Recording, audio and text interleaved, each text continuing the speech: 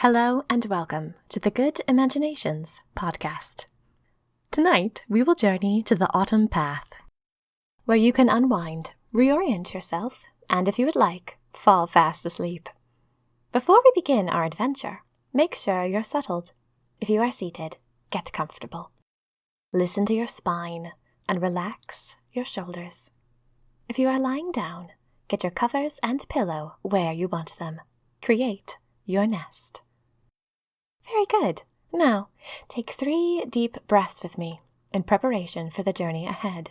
Let go of your day and travel to a vacation for your mind. Imagine with me, see, smell, and be present. Breathe with me now, in through your nose, out through your mouth, slow and even. 1,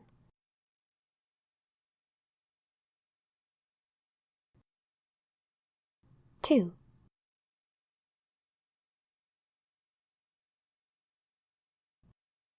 3.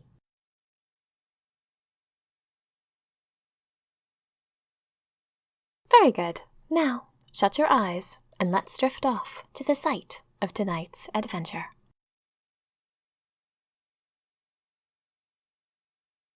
You are strolling home from a wonderful afternoon teaching at the local one-room schoolhouse.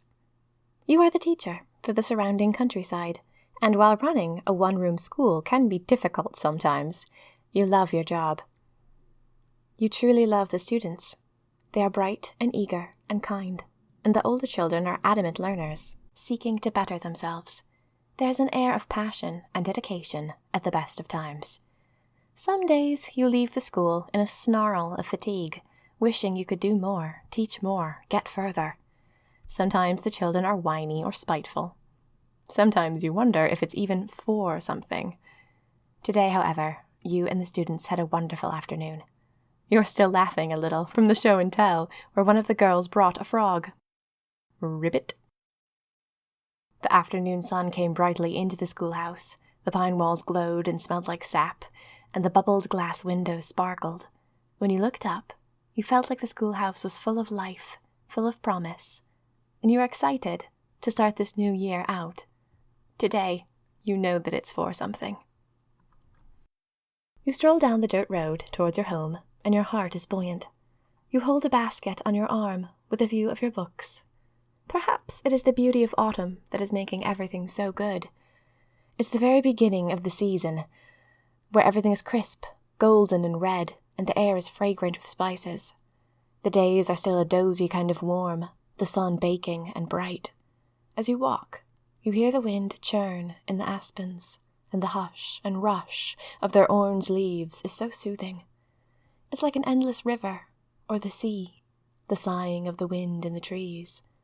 You pass the birches, and you admire their white trunks. Beyond them, the fields are golden with grass. The browning grass has a delicate, dusty smell, and you revel in it. The sun glows in the grass, and you marvel at how bright and alight everything seems. The sky, too, is a different kind of blue, frostier, expectant. How wonderful to be alive, and to simply drink in the sights and smells of autumn. You feel like you're drinking autumn like an elixir. The simplicity and goodness of the day steep into you. You swing your basket as you walk along. You think about picking flowers, of all things. Maybe you will. The bushy blue ones, or the pale pink bells. The fallen branches, too, speak to you, with their scarlet leaves, like a cluster of fire roses. You approach the bridge, and you walk up its lovely wooden slope. With woodland on every side, you pause to listen to the river gurgle and to admire its silver slopes of water. The mossy boulders in the river make the music, like cogs in a music box. You smell the wonderful, rich, damp, earthy, and rain-soaked fragrance of the river, and for a few moments you simply stand there and watch the water run. You take 3 deep breaths, and each one is full of the mossy scent of forest. 1,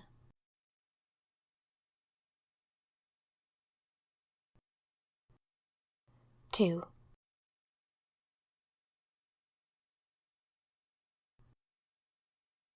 3.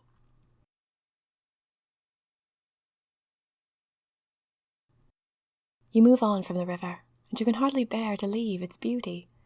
Except you know the woods will continue to be lovely from here. There is more to see, more ahead, always more to experience. You enjoy the dappling of sun on the dirt road, the eddies of wind that swirl in the tree branches above you. You decide that you could breathe in autumn for the rest of your life and be perfectly content. There's a crisp, spicy, crackling joy to the air. Already you are craving an apple. You walk along, and in the field you see that Mr. Snow, the farmer who owns it, harvesting grain slowly, one rumble at a time, as he sits behind his oxen and guides them back and forth across the field. You haven't a wine glass or anything to toast with, but you mentally toast to Mr. Snow. You cheer him on in your heart. Your heart is filled with the intoxication of the day, after all, and you lift the intoxication of the goodness to him. It suddenly strikes you as so wonderful that a human can do something so lazy, yet so meaningful. Sitting behind a horse, ploughing a field. There's a natural cadence in the day. The leaves rustle, the birds chirp, the river gurgles. There's a heartbeat, and Mr. Snow is not moving too fast for the heartbeat of the day. His work matters, and yet it is so slow, so even, so calm. You suddenly want to sit on a rock. How odd. To want to do nothing, simply because the world around you is so enjoyable. You decide you'll pick some flowers.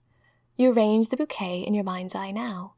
A twig of red leaves, a few curls of long pale blonde grass, long stems of the blue flowers, weeds, but lovely as far as you're concerned. Their blossoms are like wild-headed pincushions, and you love the savagery of them. They would never belong in a hothouse bouquet, and that makes you love them all the more. You also plan to include several of the yellow daisies and some of the small red berries, like crab apples, from the shrubbery. A small celebration of autumn in your home. And why not? You deserve to celebrate something so eternal, something that is so freely for you. You begin to fill your basket with branches and flowers. Surely, it is a beautiful day.